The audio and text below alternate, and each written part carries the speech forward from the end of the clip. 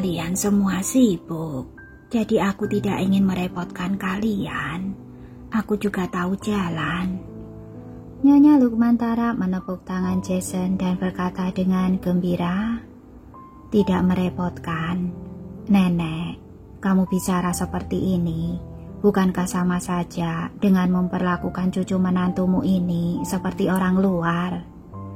Nada bicara Jason sedikit serius menunjukkan dia sangat serius.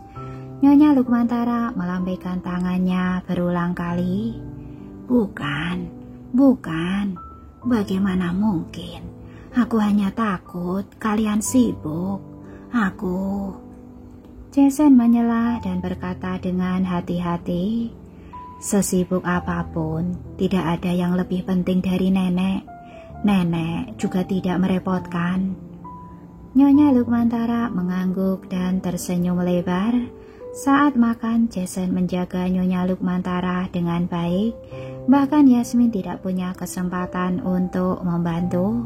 Sorot matanya saat menatap Jason bukan hanya menunjukkan rasa terima kasih tetapi juga kekaguman. Jason melakukan sandiwara ini dengan baik.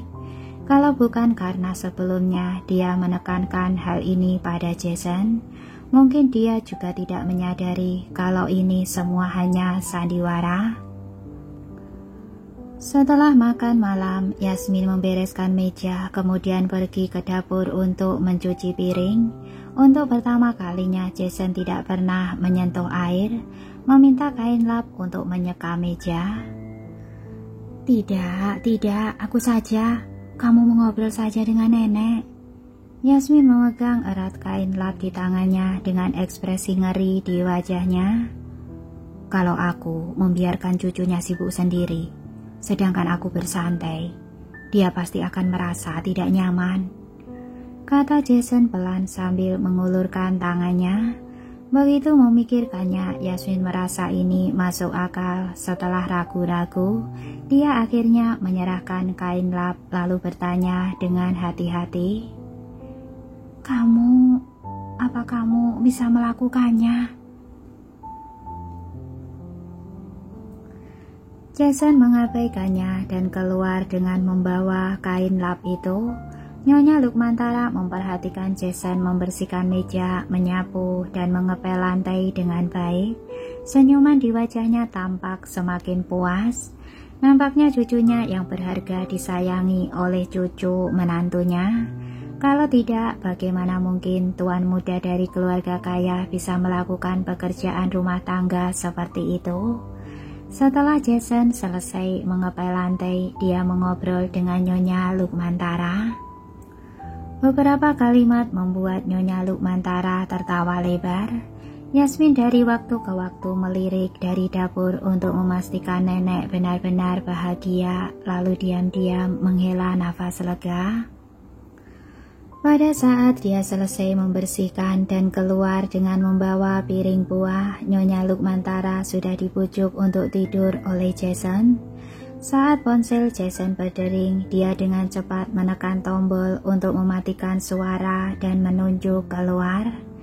Rumah Yasmin kecil dan tidak kedap suara. Tahu Jason ingin keluar menjawab telepon, dia pun mengangguk. Jason berdiri dengan hati-hati dan berjalan menuju balkon. Melihat punggung pria jangkung itu, Yasmin mengerutkan bibirnya dan benar-benar menekan emosi yang muncul di matanya. Ini hanya sandiwara saja, dia bodoh kalau menganggapnya serius. Yasmin duduk di sofa dan menunggu Jason selesai menelpon dengan tenang.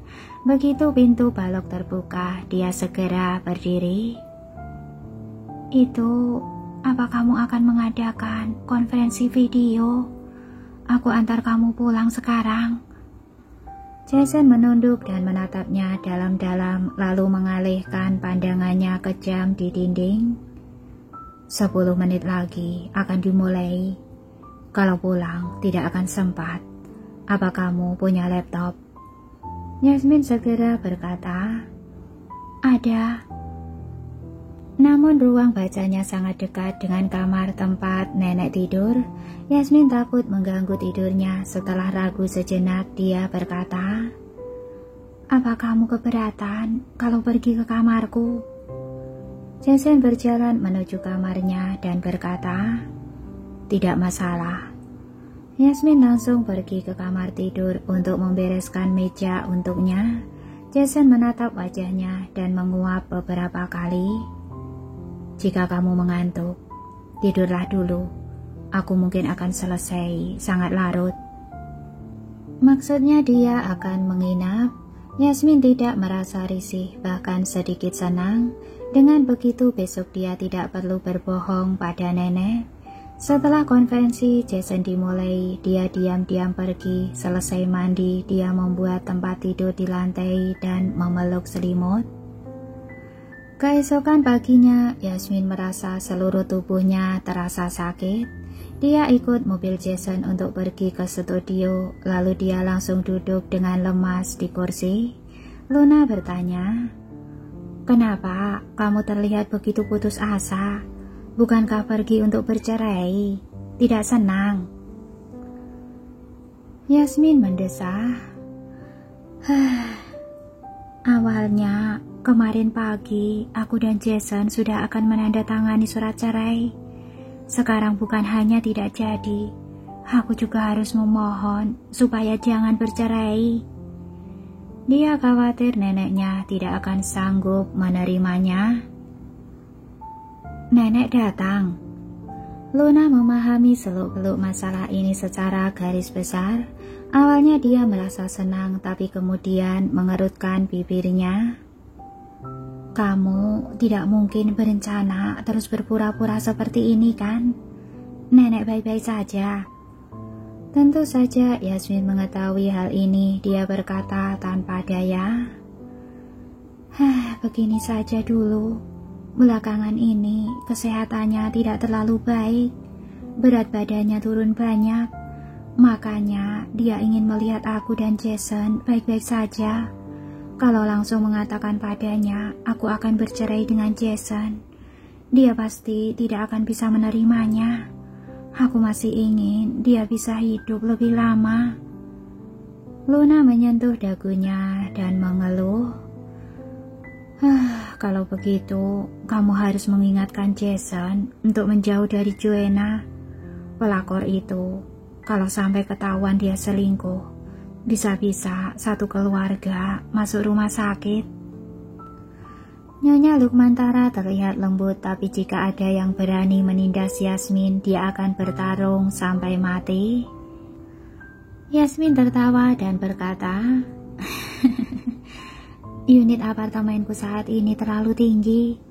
Bantu aku cari komplek dengan lingkungan yang bagus dan rumah kecil dengan sedikit tingkat. Kali ini aku tidak akan membiarkannya kembali ke desa. Aku ingin dia tinggal lebih nyaman. Nanti aku transfer uangnya untukmu. Luna langsung setuju. Nenekmu adalah nenekku. Masalah rumah serahkan saja padaku. Aku akan memastikan semuanya diatur dengan baik. Yasmin merasakan kehangatan di hatinya. Nenek pasti akan sangat bahagia kalau melihatmu. Luna berkata dengan bangga. Tentu saja dia memiliki cucu angkat yang begitu keren dan hebat. Siapa yang tidak suka? Aku sudah lama tidak bertemu dengannya. Aku juga rindu padanya. Yasmin tersenyum dan berkata, kentutmu. Saat pulang kerja, telepon Jason masuk tepat waktu. Yasmin mengerutkan kening dan mengusap lehernya yang sakit, lalu dengan ragu menjawab panggilan itu. Ada apa? Aku akan menunggu di depan pintu studio, kata Jason dengan tenang. Yasmin terdiam sesaat, kemudian teringat tadi pagi Jason berjanji pada nenek kalau mereka akan pulang bersama. Ini masalah dia dan Jason hanya membantunya. Tapi dia malah melupakannya. Dia tidak sempat beres-beres dan langsung lari keluar dengan laptop di pelukannya. Aku akan segera datang. Jason sedang duduk di dalam mobil dan melihatnya keluar membawa laptop sambil mengenakan sepatu hak tinggi. Rambut panjangnya diikat menjadi sanggul rendah dengan pena. Selai rambut panjang di pelipisnya tergantung agak berantakan di depan telinganya. Sangat jauh berbeda dengan penampilan Nyonya Gunawan yang selalu rapi. Melihatnya masuk ke dalam mobil, dia tanpa sadar mengambil dokumen yang dia simpan di samping. Terima kasih. Yasmin mengucapkan terima kasih dengan sopan. Kamu sudah lama menunggu. Kilatan kecanggungan muncul di mata Jason. Dia segera membuang muka. Baru sampai. Sekarang Yasmin merasa lebih tenang. Dia sangat jarang menghabiskan waktu berdua bersama Jason seperti ini. Dia merasa canggung, jadi dia meletakkan laptop di bangkuannya dan melanjutkan gambarnya. Jason meliriknya, ini adalah gambar rancangan pakaian. Dia pun bertanya, "Mengapa kamu tiba-tiba tertarik dengan desain pakaian?" Jantung Yasmin berdetak kencang. Dia hampir lupa kalau dia meminta Luna untuk berpura-pura menjadi Sunny. Tidak tahu apakah Jason bisa memahami gambarnya. Dia menutup komputernya. Dulu aku belajar merancang pakaian. Belakangan ini aku melakukan hal ini, jadi mempelajarinya lagi. Jason memandangnya dengan seksama. Kamu punya hubungan baik dengan Sunny. Jika berkata lebih banyak, Yasmin takut dia akan membuat kesalahan, jadi dia hanya menjawab dengan satu kata. Dia tidak berniat untuk bicara secara mendalam, dan Jason tidak tahu bagaimana melanjutkan percakapan ini karena dia tidak mengerti tentang desain pakaian. Dulu mereka berdua hanya bertemu di tempat tidur atau dalam perjalanan menuju tempat tidur. Begitu Yasmin tidak menjawab, suasananya menjadi sedikit canggung. Untungnya Caleb yang berada di depan berbalik tepat waktu untuk mengurangi rasa canggung. Pak Jason, besok jam 8 pagi akan ada rapat mingguan perusahaan. Lalu jam 9.30 sampai jam 12 akan ada inspeksi produksi. Lalu siang, katakan. Jason mengerutkan kening dan mendesak ketika melihat dia tiba-tiba ragu. Nona